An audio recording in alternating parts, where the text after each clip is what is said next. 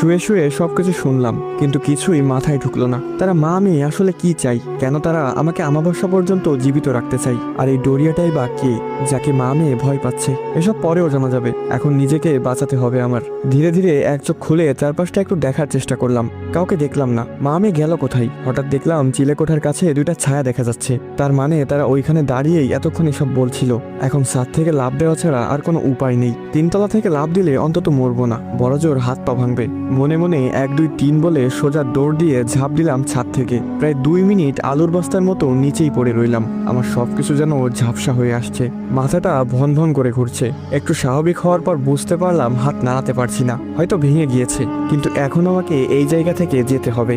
অনেক কষ্টে উঠে খুঁড়িয়ে খুঁড়িয়ে দৌড় দিলাম। হঠাৎ একটা দমকা হাওয়া এসে আমাকে দূরে ছিটকে ফেলে দিল। আমার চোখ গেল ছাদের দিকে। রিশফা হাওয়ায় ভেসে আছে, মাথা উপরের দিকে দিয়ে। চোখের পলকে রিশফা একদম আমার কাছে চলে আসলো। সূচালো দাঁতগুলো বের করে বলল, শুধু শুধু নিজেকে ক্লান্ত কেন করছেন স্যার? আপনি গোলকধাঁধা থেকে বের হতে পারবেন না। আমি অনেক কষ্টে উঠে দাঁড়িয়ে সামান্য হাসি দিয়ে বললাম, আমাকে তুমি সাইকো বলেছিলে না তখন?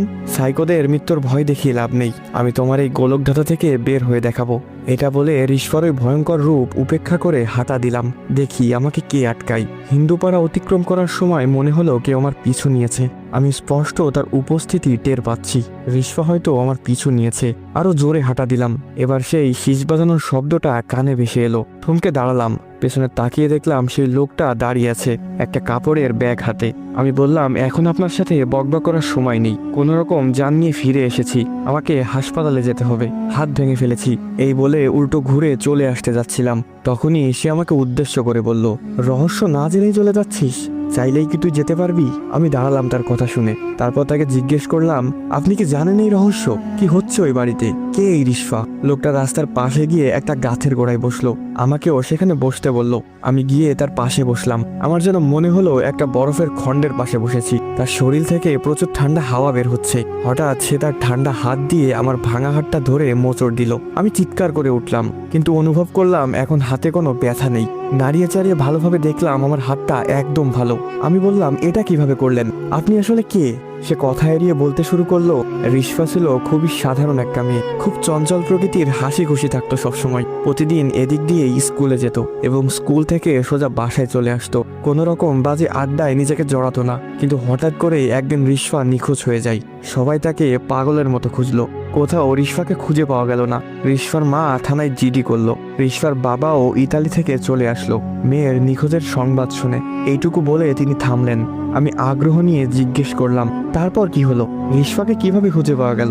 তিনি আবার বলতে লাগলেন, 2 দিন কেটে গেল, কিন্তু কেউ রিশফার কোনো খোঁজ দিতে পারলো না। রিশফা নিখোঁজ হয় শনিবার বিকেলে স্কুল থেকে ফেরার সময়। অবশেষে বুধবার রাত 11টা বাজে রিশফাকে খুঁজে পাওয়া গেল, তাদের বিল্ডিংয়েরই পেছনে। আমি বললাম, কোথায় ছিল রিশফা কয়েকদিন? তারপর কি তাকে জিজ্ঞেস করা হয়নি? লোকটা একটা অদ্ভুত হাসি দিয়ে বলল, মৃত মানুষকে জিজ্ঞেস করে কি উত্তর পাওয়া যাবে? আমি অনেকটা অবাক হয়ে জিজ্ঞেস করলাম, মৃত মানুষ মানে? সেদিন কি রিশফার লাশ পাওয়া গেছিল? হ্যাঁ, হাত পা মুখ বাঁধা অবস্থায় বিল্ডিংয়ের পেছনের নালার মাঝে রিশফার লাশ ভেসে উঠেছিল। পুলিশ এসে লাশ নিয়ে গেল পোস্টম্যাডামের জন্য। রিশফার বাবা আদরের মেয়েকে হারিয়ে হাও মাও করে কেঁদেছিল। রিশফার বাবার কান্না দেখে সেদিন কেউ তার চোখের পানি আটকে রাখতে পারেনি। এত সুন্দর একটা ফুটফুটে মেয়ের এমন রহস্যময় মৃত্যু কেউ মেনে নিতে পারছিল না। কিন্তু রিশফার মা একটুও কাঁদেনি সেদিন। সবাই ভেবেছিল মেয়ের শোকে পাথর হয়ে গিয়েছে। রিশফাকে এনে দাফন কাফন করানো হলো। প্রায় কয়েকদিন তদন্ত চলল, কিন্তু পুলিশ রিশফার মারা যাওয়ার কোনো ক্লু খুঁজে পেল না। এদিকে একদিন হঠাৎ মেয়ের চিন্তায় রিশফার বাবা স্ট্রোক করে মারা গেল। রিশফাদের পরিবারটা একদম এলোমেলো হয়ে গেল। স্বামী ও মেয়ে হারানোই রিশফার মা দিন দিন কেমন যেন হয়ে গেল। হঠাৎ রিশফার মাও একদিন উধাও হয়ে গেল গ্রাম থেকে। প্রতিবেশীরা অনেক খুঁজেও তাকে পায়নি। তারপর কেটে গেল 4 মাস। হঠাৎ একদিন রিশফার মা গ্রামে ফিরে এলো। সবাই তাকে দেখে অনেক খুশি হলো। জিজ্ঞেস করলো, এতদিন কোথায় ছিল, কি করছিল? রিশফার মা কারো কথায় কোনো জবাব দিল না। সেই যে এসে বাসায় প্রবেশ করেছে, সেই দিন থেকে আর কোনোদিন সে বাসা থেকে বের হয়নি। প্রতিবেশীরা মাঝে মাঝে তাকে শুধু রাতের বেলায় ছাদে দেখতে পেত। আমি বললাম, রিশফা যদি মারা গিয়ে থাকে তাহলে সে কে, যে এখন রিশফার মায়ের সাথে আছে? আর রিশফার মা এতদিন কোথায় হারিয়ে গিয়েছিল। এবার সে আমার কানের কাছে এসে ফিসফিস করে বলল, ব্ল্যাক ম্যাজিক। আমি বললাম, মানে? রিশফার মা রিশফাকে ফিরিয়ে আনতে এতদিন নিখোঁজ ছিল। সে আবার বলল সে এমন কারো কাছে গিয়েছিল যে তার মেয়েকে ফিরিয়ে দিতে পারবে। এর বিনিময়ে অবশ্য তাকে একটা ভয়ঙ্কর শর্ত দেওয়া হয়েছিল। রিশফার মা তার মেয়েকে ফিরিয়ে আনতে সবকিছু করার জন্য প্রস্তুত ছিল। শর্তটা ছিল প্রতি আমাবস্যায় একজন যুবক বলি দিতে হবে তাকে উদ্দেশ্য করে। আমি বললাম, কাকে উদ্দেশ্য করে?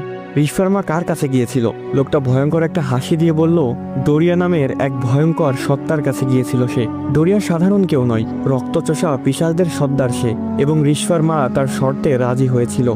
ডোরিয়া রিশফাকে ফিরিয়ে এনেছে। সেই থেকে প্রতি আমাবস্যাতে একজন করে যুবক ডোরিয়াকে উৎসর্গ করতে হয়। এই আমাবস্যায় তুই উৎসর্গ হইবি, আর এজন্যই এত আয়োজন। তুই যত চেষ্টাই করিস না কেন, মরতে তোকে হবেই।